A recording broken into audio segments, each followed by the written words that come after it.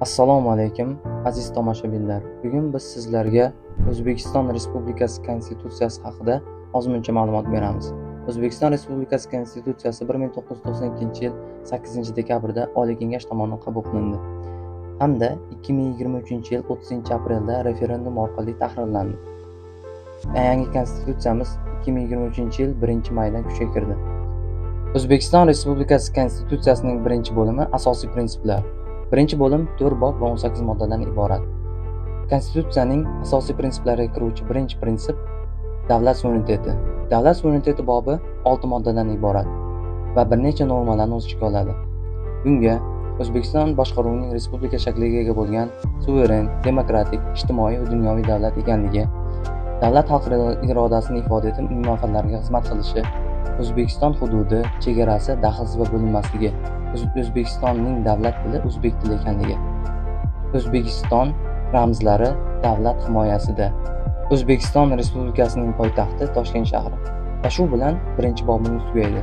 Ikkinchi bobimiz xalq hokimiyatchiligi.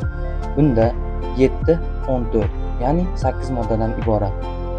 Bunda asosiy normalar xalq davlat hokimiyatining birdan-bir manbailigi, referendumlar qonuniy o'tkazilishi, xalqimiz nomidan faqat u saylagan O'zbekiston Respublikasi prezidenti hamda Oliy Majlisi ish olib bora olishi va hokimiyatimizning 3 hokimiyatga bo'linishi: qonun chiqaruvchi, ijro etuvchi, sud hokimiyati va inson uning hayoti, erkinligi, sha'ni, qadr-qimmati eng oliy qadriyat ekanligi belgilangan. Konstitutsiyamizning 3-bobi Konstitutsiya va qonunning ustunligi. Bunda asosan O'zbekiston Respublikasi Konstitutsiyasi eng oliy yuridik kuchga ega bo'lganligi belgilangan. Keyingi bobimiz 4-bob tashqi siyosat. 4-bobimiz 17 va 18 moddalardan iborat.